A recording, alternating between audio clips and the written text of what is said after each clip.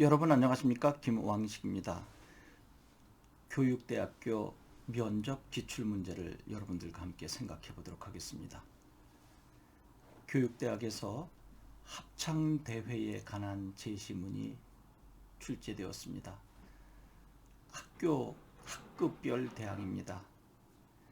모든 학급에서 최우수상을 받기를 원했습니다. 상품도 상금도 충분히 나왔기 때문입니다.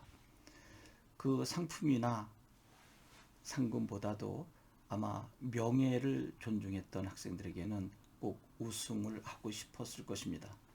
그런데 한 학급에 합창 반원 중에 음치 학생이 있습니다. 합창은 조화를 꾀하는 것인데 음치 학생이 있어서 제대로 할 수 없다면 어떻게 할 것인가 라고 하는 부분에 대해서 학급 아이들은 회의를 했습니다. 음치 학생을 잘 도와서 참여하게 하자라고 하는 측과 음치 학생을 빼면 어떨까라고 하는 것이었습니다. 음치 학생의 입장에서도 내가 다른 학생들에게 부담을 주어서 혹여나 좋은 성적을 내지 못한다면 피해를 줄 것이니 차라리 빠지는 것이 낫지 않겠는가라고 하는 생각도 조금 가지고 있다라고 제시문에 나와 있습니다. 여러분들이 만약에 이러한 회의를 하고 있는 학생들을 지켜본 교사라면 이를 어떻게 할 것인가라는 것입니다. 그러니까 예비 교사로서의 이러한 상황에 직면했을 때 어떤 태도를 보일 수 있는가라고 하는 거죠. 교육대 사범대에서는 가끔 자네가 교사라면이라고 가정적 상황을 설정해서 교사의 합리적이고 지혜로운 모습을 보고 싶어하는 문제가 종종 출제되기도 합니다. 여러분 어떻게 하시겠습니까? 음치 학생을 빼고 나머지 학생들만 연습해서 최우상을 받아야 한다는 의견을 따를 것이냐, 아니면 음치 학생을 잘 교육해서 조화롭게 합창을 할 수 있게 도와야 하느냐 하는 것입니다. 그런데 기간은 얼마 남지 않았고 음치 학생을 지도해서 거기까지 올린다는 것은 거의 불가능한 상태고 어떻게 해야 되겠습니까? 이 부분을 여러분들은 충분히 생각을 해봐야 할 것입니다. 그러면 이것을 논리적으로 접근하려면 어떻게 해야 할까? 음치 학생을 빼자라고 한다면 공동체 의식 함양을 목표로 하는 합창대회에 배치될 것이고요. 음치 학생을 집어넣어서 가자라고 한다면 시간이 얼마 남지 않은 상태 속에서 아무리 좋은 교육을 한다 하더라도 목표로 한 최우수상은 받을 수 없을 것이고 그야말로 딜레마에 빠져 있는 거죠. 한쪽을 주장하면 한쪽의 반론이 항상 준비하고 있기 때문에 이와 같은 방법은 제가 여러분들께 늘상 말씀드렸던 것처럼 5단 구성법으로 접근하면 참 좋겠다라고 하는 거죠. 저는 음치 학생을 빠지게 하고 나머지 학생들이 최우수 상을 받도록 치밀한 교육을 하는 것이 낫다고 생각합니다. 라고 찬반 양론으로 나온 것이라고 한다면 분명히 하나를 선택해서 주장, 의견을 제시해 줘야 되겠죠. 그리고 왜 그렇게 생각하는지 왜냐하면을 넣어서 이유 근거를 대줘야 되고요.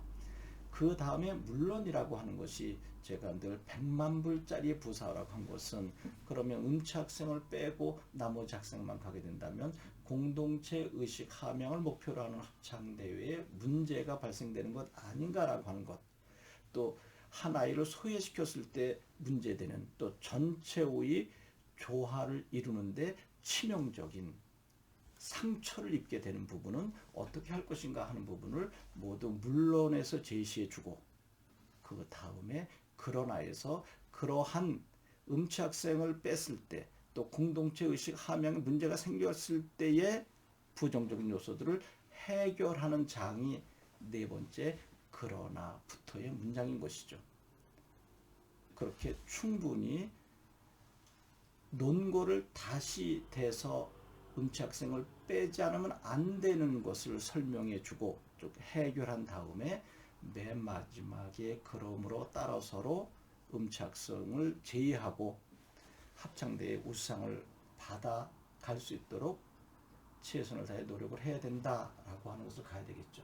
반면에 음착성을 절대 빼서는 안 된다, 함께 가야 된다라고 이유 근거를 대준 후에 전체 학급의 우수상을 위해서는 이 학생을 빼는 것이 마땅하지만 이러이러한 부분에서 이러이러하다라고 하는 반론을 제기해주고 또 그런나로 해결해준 다음에 따라서 간다면 이 문제는 해결할 수 있지 않을까 생각합니다. 제가 여기서 해결책을 제시해주지 않는 것은 여러분들의 다양한 생각을 여러분 스스로 할 수 있는 기회를 주기 위함입니다.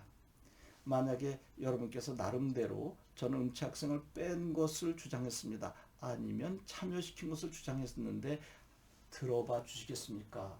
라는 의사가 있다면 제가 밑에 명시해 놓은 전화번호로 전화를 주시면 제가 여러분들의 의견을 충분히 전화상으로 듣고 도움을 드릴 수 있을 것입니다.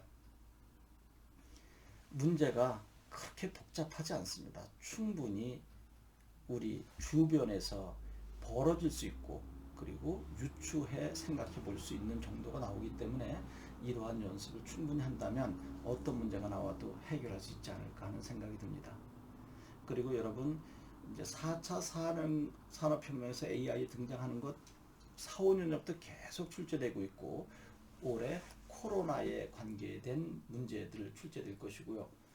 현장 대면 수업이 아니라 인강을 통한 비대면 수업의 긍정적 부정적 측면은 올해 무조건 출제되지 않을까요? 그것도 여러분 나름대로 충분히 준비하셔야 할 것이고요. 또 제가 유튜브로 여러분들에게 이 강의를 올려드리는 것처럼 초등학생들이 유튜버로서의 꿈을 갖고 있는데 이 부분을 여러분들이 초등교사가 된다면 어떻게 지도할 것인가. 과거에는 프로게이머가 되고자 했었던 꿈이 많았는데 지금 대부분의 학생들은 유튜버가 되고 싶어 합니다. 나 자신을 유명하게 만들고 싶어 하고 또 어린 나이에 경제적으로도 풍요로운 삶을 살고 싶어 한다고 합니다. 그리고 인스타그램에 대해서도 얼마든 출제될 확률이 높죠. 과거에는 나의 것을 숨기고 또 남의 것을 훔쳐보는 것을 금기했는데 요즘에는 어떻게 해서라도 나의 사적인 것을 슬며시 보여주고 또 상대는 남의 것을 슬쩍 훔쳐보고 싶어하는 욕구, 이것이 맞아떨어진 것 인스타그램 아닐까요? 페이스북도 마찬가지고요.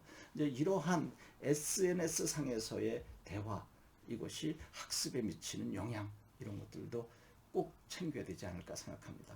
여러분 고맙습니다.